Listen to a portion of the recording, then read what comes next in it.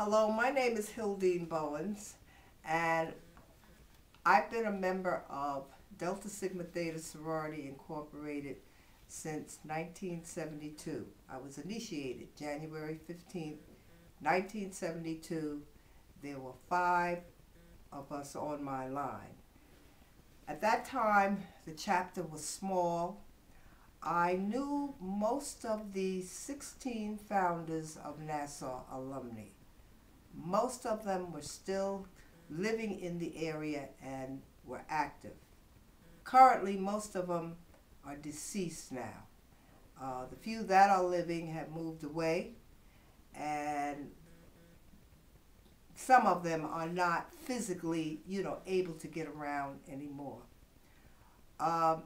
In the early years of the chapter, we met in homes.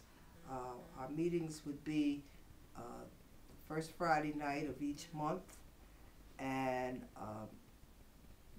the public service programs were minimum. They were small, and some of the early things that they did, the chapter did to raise money for their programs and projects. They used to give an annual dance. They would have a luncheon, fashion show and luncheon. And of course, always they would celebrate May Week with small scholarships to students. Some of the earliest, one early event that they had was a cruise to Nassau.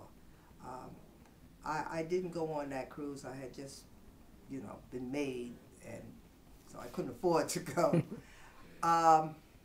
Most of the founders of the chapter were teachers. They had all been made on the undergraduate level, and with some of them I had known all my life. Some of them were friends with my parents. What encouraged me to become a Delta, when I was an undergraduate at Cheney University in Pennsylvania in the 1950s, Delta Sigma Theta was an organization that pushed scholarship. Most of the young women who were made on the college campus were scholarly students. They were on the dean's list, but yet they were friendly, and I'll never forget my freshman year of college. They were the ones who showed us around the campus and took an interest in the new students. However, as an undergraduate, I just didn't have the money at that time to go into a sorority. So I waited until I got out of college, and of course I was already married by the time I became a Delta. Some of the things that I have learned from being a Delta, one, it is an international sisterhood. Everywhere I go, I meet Deltas. I have attended about 16 nationals and maybe about 13 or 14 regionals. I have held the following offices. I've been a corresponding secretary in the early years of the chapter. I also was first vice president under the late Vera Adams.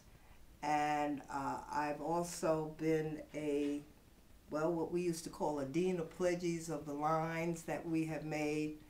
And of course, with making the lines, I was very strict that they know the history of the organization and how Delta functions as an organization, and to stay involved once they're initiated.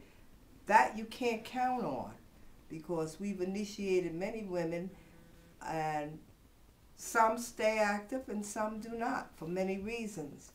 But I have found the fellowship in being a Delta is one that I'm glad that I became a Delta. And of course, as our chapter has grown tremendously, We've grown from a small chapter where there might have been about 25 members to over, I guess, round figures, over 150 members now. And so my generation is passing the torch on to the younger generation of Deltas, and they have the energy. I had it one time. I still come to meetings, and I try to do what I can, and I've enjoyed serving as historian. I've been historian 3 times in the chapter. Early years of the chapter, records were not kept right. And so I took it upon myself to try to keep records of our chapter. And then under a former president, I served as a historian. Again, records were turned over to me and I had to put them in shape. And so I've currently been the historian under our current president, Pam Washington, and I try to keep things in order so that when it's passed on, they'll have some semblance of what went on in the chapter.